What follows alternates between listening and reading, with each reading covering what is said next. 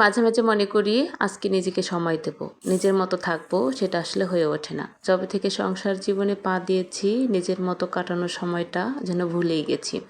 আজকে সকালবেলা প্রথমে ভাত বসিয়ে দিলাম, এখন প্রায় বাজে 10টা।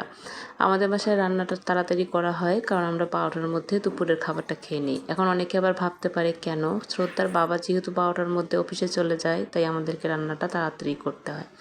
সকালবেলা রুটি করেছিলাম আর সবজি করেছিলাম।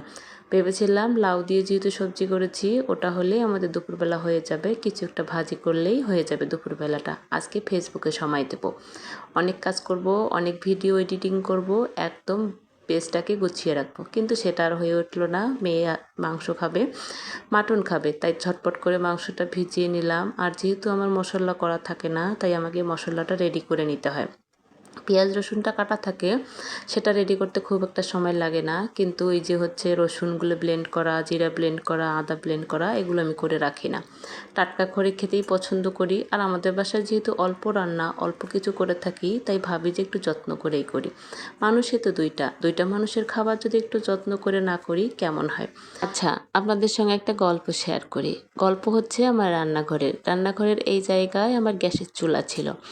অনেক ভাবনা চিন্তা করে গ্যাসের চুলাটা ট্রান্সফার করে এখানে ইন্ডাকশনটা বসিয়ে দিলাম। গ্যাসের চুলাটা সাইডেই বসিয়েছি একটা টেবিলের মধ্যে, এখানে খুব সুন্দর আমার আলো আসে। এক কথায় আমার রান্না করার ভিডিও করতে সেরকম লাইটের প্রয়োজন হয় না, কারণ আমার বাইরে থেকে প্রচুর আলো আসে, আর এই আলোতেই আমার ভিডিওটা খুব ভালোই হয়। আমার কাছে মনে হয় ভালো হয়, আপনাদের কাছে কেমন হয় জানি না, অবশ্যই কমেন্ট করে জানাতে পারেন। রান্নাঘরের এই লুকটা না দেখতে বেশ ভালোই লাগতেছিল, ভাবছি একটু একটু করে সাজিয়ে নেব। যেহেতু এই জগতে এসেছি একটু গুরুত্ব দেই না, যত্ন করে ভিডিও করি না, যদি সফলতা পাই ওই যে আশায় বাদে বুক বাসা। আশায় আশায় আছি, দেখি কি হবে জানি না। মাংসতে একটু আলু দিলাম আর গোটা রসুন দিলে খুব ভালো লাগে খেতে। আমরা আসলে খুব পছন্দ করি, যদিও শ্রদ্ধার বাবা আলুটা খাবে না, আলুটা মূলত আমি খাবো। আমার মাংসের মধ্যে আলু খেতে খুব ভালো লাগে। ব্যাস, রান্না প্রায় শেষ, এবারে দুপুরের খাবারটা খেয়ে নেব। তো আজকের মতো এ পর্যন্ত, সবাই ভালো থাকবেন, টাটা।